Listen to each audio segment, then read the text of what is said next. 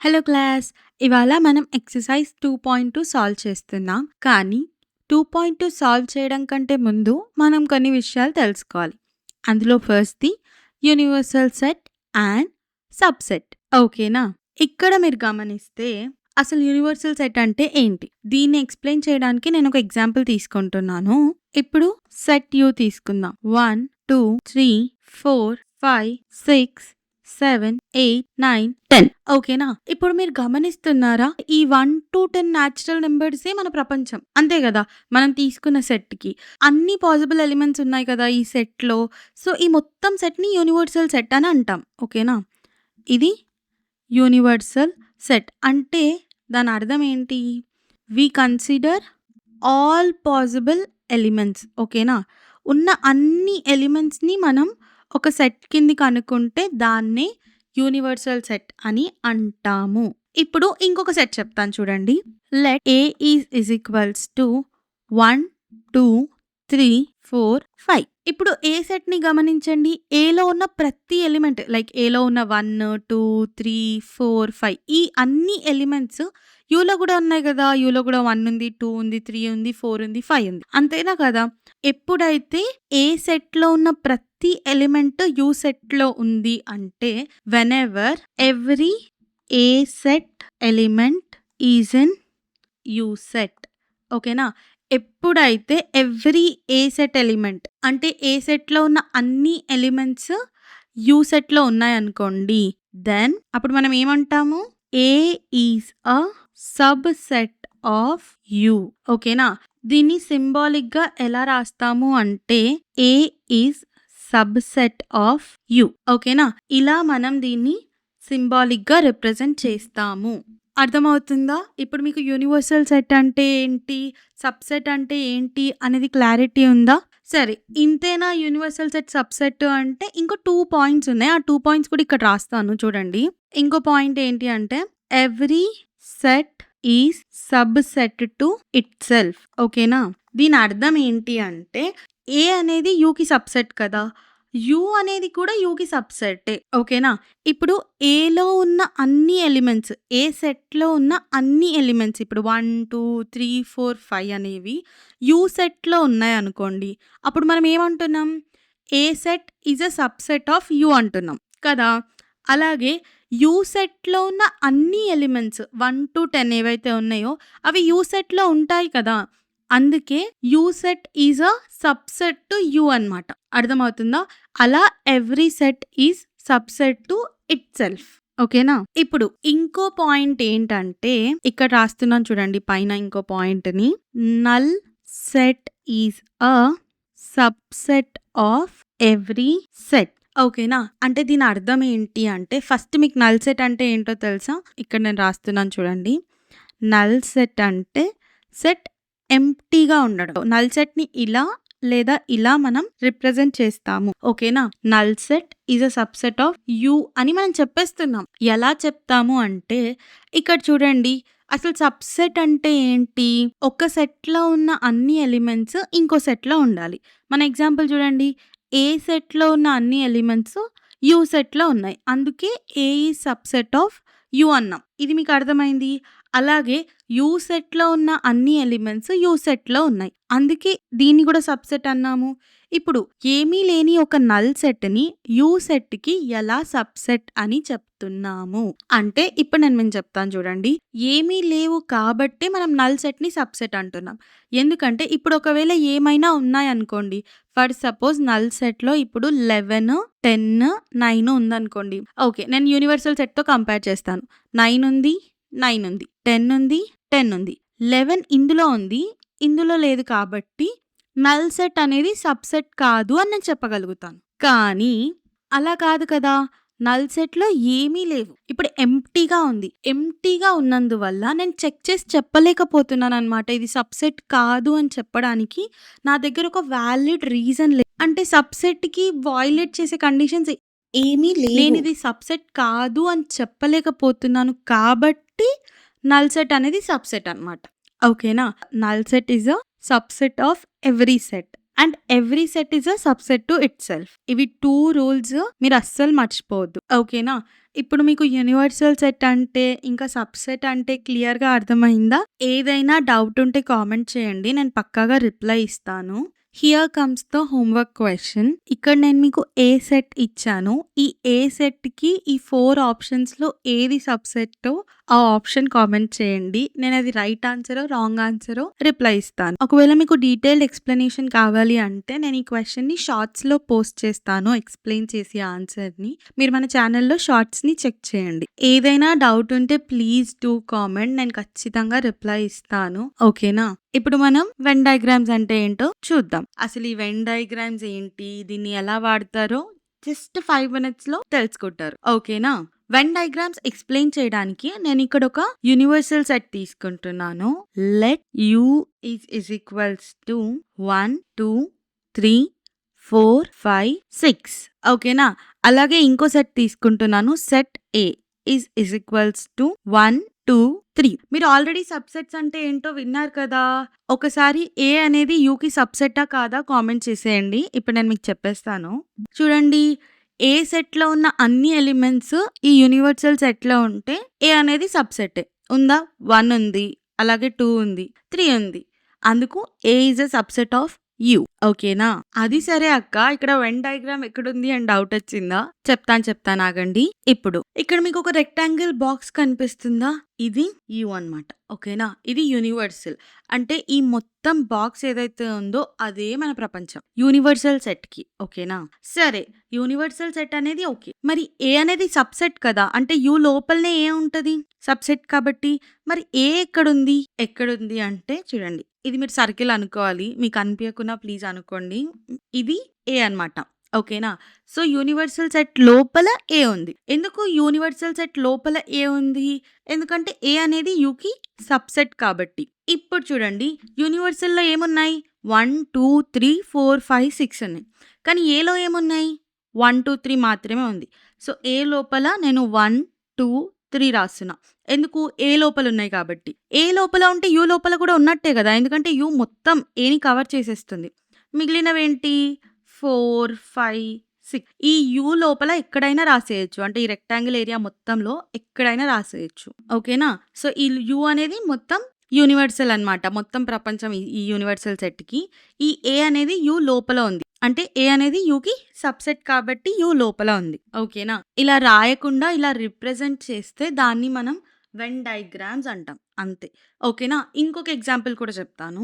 Let A is equals to A B C D అలాగే B is equals to C D E F ఓకేనా? ఇప్పుడు దీనికి వెన్ డయాగ్రామ్ ఎలా ఉంటదో చూద్దాం. ఇప్పుడు చూడండి ఇందాక ఏ సెట్ ఒక్కటే ఉండే కాబట్టి మనం ఒకటే సర్కిల్ గీసుకున్నాం. అంతే కదా! కానీ ఇప్పుడు చూడండి ఏతో పాటు బి కూడా ఉంది. అంటే 2 సర్కిల్స్ గీయాలి. అవునా కదా! సో, ఇప్పుడు నేను చూడండి 2 గీస్తాను. ఇది ఒకటి ఏ కోసం, ఇది ఇంకోటి బి కోసం. ఓకేనా? యూనివర్సల్. ఈ రెక్టాంగిల్ ఏంటి? యూనివర్సల్ అన్నమాట మొత్తం. ఇప్పుడు మనం ఎలిమెంట్స్ రాద్దాం. ఇప్పుడు చూడండి ఏలో ఏమేమున్నాయి? ఏ, బి, సి, డి ఉంది. ఓకేనా? నేను ఏలో ఏ, బి, సిడి ఎక్కడ రాయను? ఇక్కడ చూడండి మీరు గమనిస్తే సిడి అనేది ఏలో ఉంది. బిలోనూ ఉంది. అంటే రెండిటిలో ఉంది కదా! ఇప్పుడు ఈ ఏరియా చూసారా? నేను హైలైట్ చేస్తున్నాను చూడండి ఈ ఏరియా. ఈ ఏరియా అనేది ఏకి చెందుతది, బికి చెందుతది కదా! రెండిటికి చెందుతది. సో, నేను ఈ ఏరియాలో ఇప్పుడు సీడీ రాస్తాను. దానివల్ల ఏమవుతది? ఏలోనూ సీడీ ఉంటది. బిలోనూ సీడీ ఉంటది. ఓకేనా? అర్థమైందా? నేను సీడీ ఇక్కడే ఎందుకు రాయాలనుకున్నాను? ఎందుకంటే ఏలోనూ సీడీ వస్తది. బిలోను కూడా వస్తది. అలా. నెక్స్ట్ ఇంకా మిగిలిన బిలో ఏముంది? ఈఎఫ్ ఉంది. అంతే కదా! సో, నేను ఇంకా బిలో ఈఎఫ్ రాసేస్తున్నాను. ఒకవేళ 2 సెట్స్ ఉంటే ఇలా రాస్తాం. ఒకవేళ ఏబీ సెట్స్‌తో పాటు మనకొక యూనివర్సల్ సెట్ కూడా ఇచ్చి 1, 2 ఇచ్చారనుకోండి.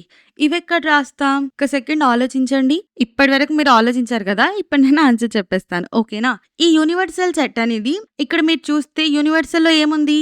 1, 2 ఉంది. 1, 2 అనేది ఏలో ఏమైనా ఉందా? ఏలో రాయడానికి? లేదు. బిలో ఏమైనా ఉందా? బి లోపల రాయడానికి? లేదు. సో, ఈ ఏ కానీ, బి కానీ సర్కిల్స్‌లో రాయాల్సిన అవసరం మనకు లేదు. కానీ ఈ యూనివర్సల్ లోపలే రాయాలి. సో, ఇక్కడ ఎక్కడైనా రాయొచ్చనమాట బయట 1, 2 అని. సరేనా? ఇది యూనివర్సల్ ప్లేస్. ఇలా మనం వెన్ డయాగ్రామ్స్‌లో సెట్స్‌ని రిప్రజెంట్ చేస్తాము. ఓకేనా? మీకు ఈ వెన్ డయాగ్రామ్స్ మీద క్లారిటీ వచ్చిందనుకుంటున్నాను. ఏవైనా చిన్న చిన్న కన్‌ఫ్యూజన్స్ ఉంటే కామెంట్ చేయండి. నేను రిప్లై ఇస్తాను. అలాగే అర్థం కాకపోతే కొంచెం కంగారు పడిపోకండి. ఒక్కసారి క్వెషన్స్ చూడండి. నెక్స్ట్ మనం ఆపరేషన్స్ ఆన్ వెన్ డయాగ్రామ్స్ చేస్తాము. అది మొత్తం చూడండి. అప్పుడు మీకు పిచ్చ క్లారిటీగా అర్థమవుతది. ఓకేనా? ఇప్పుడు మనం నెక్స్ట్ టాపిక్ చూద్దాం. మనం బేసిక్ ఆపరేషన్ ఆన్ సెట్స్ చూస్తున్నాం. అయ్యో! ఏంటి పెద్ద పదం అనుకోవద్దు. నార్మల్‌గా చెప్పాలి అంటే A union B, A intersection B, A minus B, B minus A ఇవి అన్నమాట. ఓకేనా?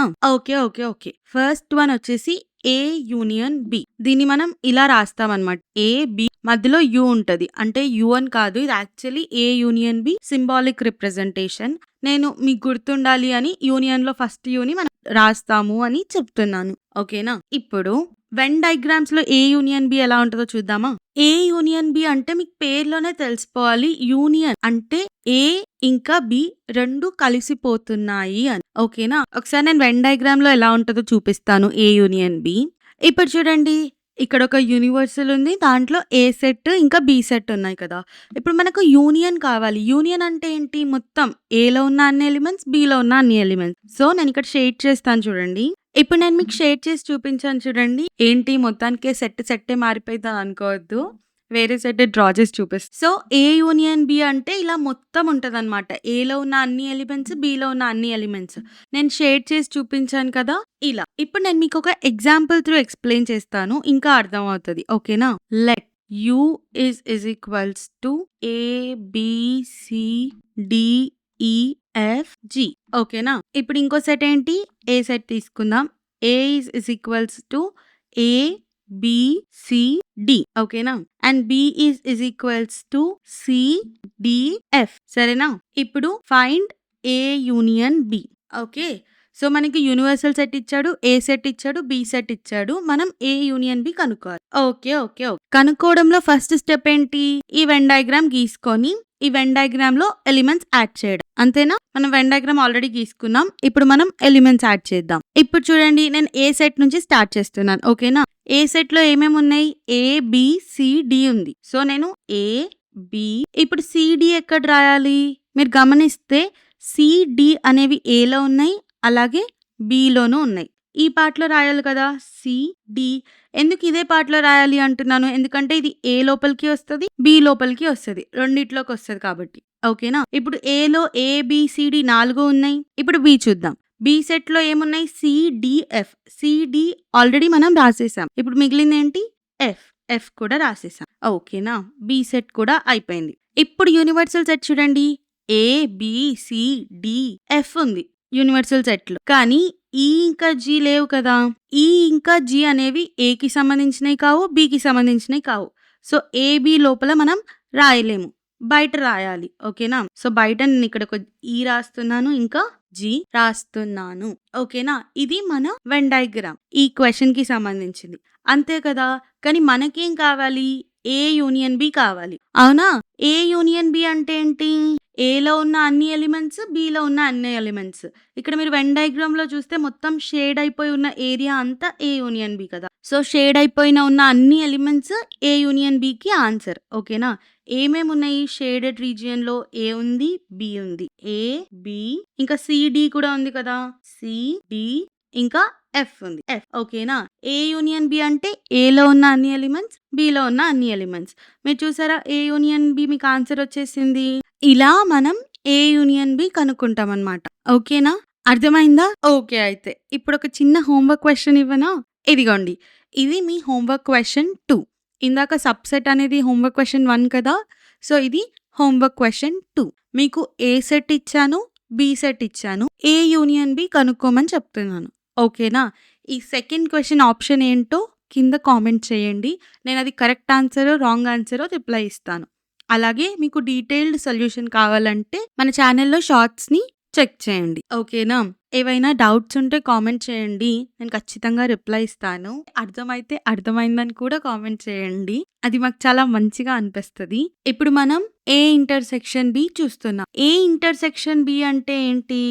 Only common elements of A and B. అంటే అర్థం ఏంటంటే మీకు ఆల్రెడీ వెన్ డయాగ్రామ్స్ అలవాటైపోయాయని నేను డైరెక్ట్‌గా వెన్ డయాగ్రామ్ గీసేసాను ఇక్కడ. ఇక్కడ చూడండి ఈ కామన్ ఏరియా ఉందా? ఈ కామన్ ఏరియా ఏదైతే ఉందో అది ఏకి సంబంధించింది, బికి సంబంధించింది కదా! అంతే కదా! ఈ కామన్ ఏరియా అనేది ఏకి వర్తిస్తది. అలాగే బికి వర్తిస్తది.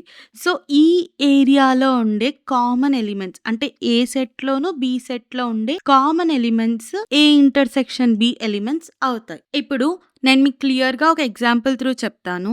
So, let universal set be 1, 2, 3, 4, 5 ఓకేనా? ఇది యూనివర్సల్ సెట్. ఏ సెట్ ఏమవుతది? 1, 2, 5 అలాగే బి సెట్ ఏమవుతది? 2, 3, 4, 5 ఇప్పుడు ఏ ఇంటర్సెక్షన్ బి ఏంటి? ఇంకో విషయం చెప్పాలి. ఏ ఇంటర్సెక్షన్ బిని ఇలా రిప్రజెంట్ చేస్తాము. గుర్తుపెట్టుకోవడానికి సింబల్‌ని ఈ ఇంటర్సెక్షన్‌లో ఎన్నే ఇక్కడుంది. ఓకేనా? యూనియన్‌లో యూ ఉన్నట్టు ఇంటర్సెక్షన్‌లో ఎన్ ఉంటది. ఇదేంటి మ్యాథ్స్‌లో రూల్ కాదు. నేను మీకు గుర్తుపెట్టుకోవడానికి చెప్పే ట్రిక్ అనుకోండి. ఓకేనా? ఇప్పుడు ఫస్ట్ మనం ఎలిమెంట్స్ ఫిల్ చేద్దామా? ఫస్ట్ ఏ సెట్ చూద్దాం. ఏ సెట్‌లో ఏమేమి ఉన్నాయి? 1, 2, 5 ఉంది. ఓకేనా? 1 ఫిల్ చేశాను. ఇప్పుడు 2, 5 గమనించండి. బిలో కూడా ఉన్నాయి కదా ఏతో పాటు. సో, 2, 5ని ఇక్కడ కామన్ ఏరియాలో రాస్తున్నాను. ఎందుకు? ఏలో ఉన్నాయి, బిలో ఉన్నాయి కాబట్టి. ఇంకా బిలో ఏమేమి ఉన్నాయి? 3, 4 ఉన్నాయి. సో, ఇంకా మిగిలిన ఎలిమెంట్స్ బిలో ఫిల్ చేస్తున్నాను. 3 ఇంకా 4. ఇప్పుడు యూనివర్సల్ సెట్‌లో ఏమేమి ఉన్నాయి? 1, 2, 3, 4, 5 అన్నీ వచ్చేసాయి కదా యూనివర్సల్ సెట్‌లో. అంటే ఏ బిలో ఉంటే యూనివర్సల్ సెట్‌లో కూడా ఉన్నట్టే కదా! సో, మళ్ళీ సెపరేట్‌గా బయట రాయడానికి ఏమీ మిగల్లేవు. ఇప్పుడు నాకు ఏ ఇంటర్సెక్షన్ బి అంటే common elements of A and B చెప్పండి. 2 ఇంకా 5 కదా! ఎందుకంటే ఈ కామన్ ఏరియాలో 2 ఇంకా 5 మాత్రమే ఉంది. So, A intersection B answer ఏంటి? 2, 5 ఇలా మనం ఏ ఇంటర్సెక్షన్ బి కనుక్కుంటామన్నమాట. ఓకేనా? అర్థమైందా? అర్థమైతే ఈ క్వెషన్‌ని సాల్వ్ చేయండి చూద్దాం. నేను మీకు ఏ సెట్ ఇచ్చాను, బి సెట్ ఇచ్చాను. మీరు ఏ ఇంటర్సెక్షన్ బి ఏంటో ఈ 4 ఆప్షన్స్‌లో చూస్ చేసుకోవాలి. ఆన్సర్ కామెంట్ చేయండి. నేను రైట్ ఆన్సరా, రాంగ్ ఆన్సరా చెప్తాను. అండ్ డీటెయిల్డ్ ఎక్స్‌ప్లనేషన్ కావాలి అంటే మన ఛానల్‌లో షార్ట్స్‌లో పోస్ట్ చేస్తాను. ఒకసారి చెక్ చేయండి. ఇందులో ఏమైనా డౌట్ ఉంటే ప్లీజ్ డూ కామెంట్. నేను ఖచ్చితంగా రిప్లై ఇస్తాను. అలాగే మీకు అర్థమైతే అర్థమైందని కూడా కామెంట్ చేయండి. అది మాకు చాలా మంచిగా అనిపిస్తది. ఇప్పుడు మనం డిస్జాయింట్ సెట్స్ చూస్తున్నాం. డిస్జాయింట్ సెట్స్ అంటే ఏంటంటే there is no common element. ఓకేనా?